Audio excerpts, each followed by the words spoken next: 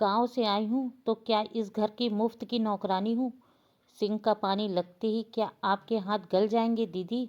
सुबह के 8 बज चुके थे। रसोई के सिंक में रात में तेल मसाले से सने बर्तनों का पहाड़ खड़ा था।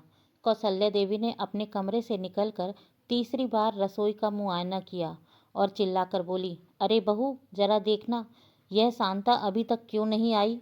8 बज गए हैं, चाय के कप तक ऐसे ही पड़े हैं। उनकी बड़ी बहू सरिता, जो अपने हाथ की नेल पॉलिश सुखा रही थी, मुंह बनाकर बाहर आई। माँ जी, मुझे क्या पता, आपकी दुलारी काम वाली है, रोज रोज का नाटक है इसका। कभी पेट का दर्द तो कभी बच्चे की बीमारी। एक काम वाली को सिर पर बिठा रखा है आपने। तभी छोटी बहू रागनी हाथ में पोछा लिए कमरे से बाहर निकली।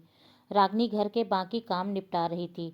उसने सरिता की तरफ देखा और शांत आवाज में कहा, दीदी, शांता मौसी के घर में कल रात उनके पति की तबीयत अचानक बिगड़ गई थी। उन्होंने मुझे सुबह 6 बजे फ़ोन करके बता दिया था कि आज वे नहीं आ पाएंगी। सरिता का पारा चढ़ गया। अच्छा, तो मैडम को पर्सनल फ़ोन आया था और तुमने मुझे या माँ जी को बताना भी ज़रूरी नहीं समझा? अब यह सिंक भर बर्तनों का ढेर क्या तुम्हारा बाप साफ करेगा?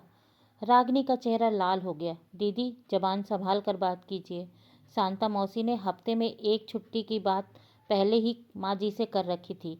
अगर आज वे नहीं आई तो हम दोनों मिलकर आधे आधे बर्तन धो लेते हैं। इसमें मेरे पिताजी को बीच में लाने की क्या ज़रूरत है? कौशल्या देवी ने बीच में पड़ते हुए रागिनी को ही डांट दिया। रागिनी, बड़ी भाभी से बात करने की तमीज नहीं है तुझे? और सरिता सही तो कह रही है। सरिता शहर में बड़े घर की बेटी है, उसने कभी घर के झाड़ू बर्तन नहीं किया। तू तो गांव से आई है, तुझे तो आदत है। शांता नहीं आई तो तू ही धो दे सारे बर्तन। रागिनी का सब्र अब जवाब दे चुका था। पिछले दिनों सालों से वह इस घर में यही सहती आ रही थी। बड़ी बहू सरिता दिन भर सोफे पर बैठकर मोबाइल चलाती, रील बनाती और हुक्म चलाती, जबकि रागिनी रसोई से लेकर पूरे घर का काम संभालती। शांता मौसी तो बस बर्तन और पोछे के लिए आती थीं, पर आज उनकी गैर हाजिरी में घर के इस विषैले भेदभाव की पोल खोल दी थी। रागिनी ने हाथ का पोछा जमीन पर पटका। माँ जी, गांव से आई हूँ तो क्या इस घर की मुफ्त की नौकरानी हूँ? सरिता दीदी अगर बड़े घर की हैं तो क्या उनके हाथ में सिंक का पानी लगते ही गल जाएंगी? काम अगर आधा आधा बटेगा तभी मैं रसोई में कदम रखूंगी, वरना आज एक भी बर्तन नहीं धुलेगा। सरिता जोर से हंसी। ओह, तो आज देहाती महारानी विद्रोह कर रही हैं। माँ जी, देखिए इसके तेवर। अगर आज इससे बर्तन नहीं धुलवाए तो कल यह आपके सिर पर चढ़कर नाचेगी। दोपहर के 1 बज गए थे। न चाय बनी न खाना। सिंक के बर्तनों में मक्खियां भिनभिना रही थी और पूरे घर में तनाव का बारूद बिछा हुआ था। तभी बड़ा बेटा विवेक और छोटा बेटा सोहन दफ्तर से दोपहर के खाने के लिए घर पहुंचे। घर में सन्नाटा देखकर विवेक ने आवाज लगाई, माँ, खाना दो जल्दी, 2 बजे मीटिंग है। कौशल्या देवी छाती पीटते हुए बाहर आईं। क्या खाना विवेक बेटा? आज तो इस घर में मेरी इज्जत की धज्जियां उड़ गई हैं। तेरी छोटी बहू ने आज खाना बनाने से साफ मना कर दिया। कहती है पहले बड़ी बहू बर्तन धोए तब खाना बनाऊंगी। सोहन अपनी पत्नी रागिनी के पक्ष में खड़ा हो गया। माँ, रागिनी रोज सुबह 5 बजे उठकर सबके लिए खाना बनाती है।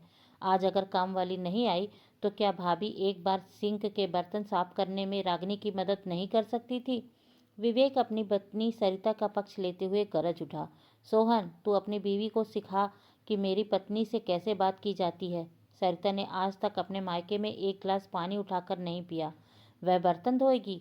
रागिनी कमरे से बाहर आई और बोली, भैया, अगर सरिता दीदी आपके मायके में राजपुत्री बनकर आई हैं तो मैं भी अपने बाप के सिर का ताज हूँ। काम वाली के ना आने से आज मुझे समझ आ गया कि इस घर में मेरी हैसियत क्या है। बर्तन साफ करना कोई नीचा काम नहीं है, नीची आपकी सोच है। बात इतनी बढ़ गई कि पूरे मोहल्ले के लोग बाहर जमा होने लगे। कौशल्या देवी जोर जोर से चिल्ला रही थी कि छोटी बहू ने घर में आग लगा दी। तभी दरवाजे पर शांता मौसी बदहवास हालत में पहुंची। उसके कपड़े फटे हुए थे और चेहरे पर थकान थी। उसने हाथ जोड़कर कहा, माँ जी, माफ़ कर देना, मेरे पति को रात में अस्पताल भर्ती कराना पड़ा था, इसलिए सुबह नहीं आ पाई।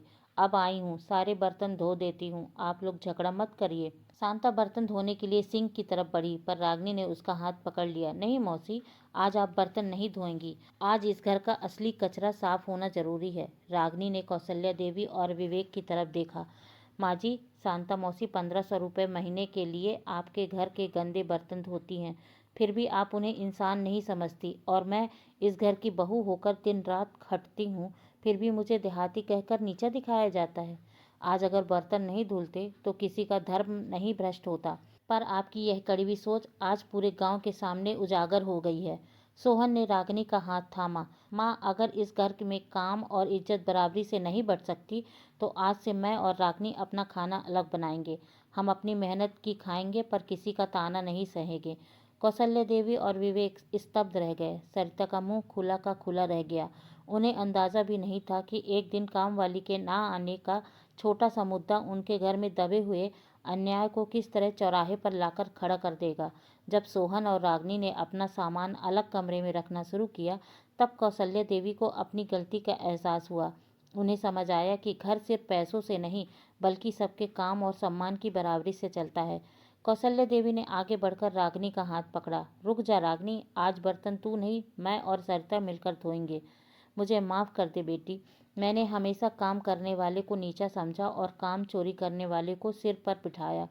सरिता का सिर भी शर्म से झुक गया। उस दिन शांता मौसी के एक दिन ना आने से घर के सिंक के बर्तन भले ही देर से धुले पर घर में लोगों के मन में जमी बरसों की मैल हमेशा के लिए साफ हो गई। दोस्तों, यह कहानी हमें यह सिखाती है कि घर का काम किसी एक व्यक्ति या काम वाली की जिम्मेदारी नहीं होती। गृहस्थी वहीं सफल होती है जहां हर सदस्य एक दूसरे के काम का सम्मान करे और मुश्किल वक्त में हाथ बटाए। धन्यवाद दोस्तों। अगर यह कहानी आपको अच्छी लगी हो तो प्लीज़ लाइक और सब्सक्राइब करें। राधे राधे।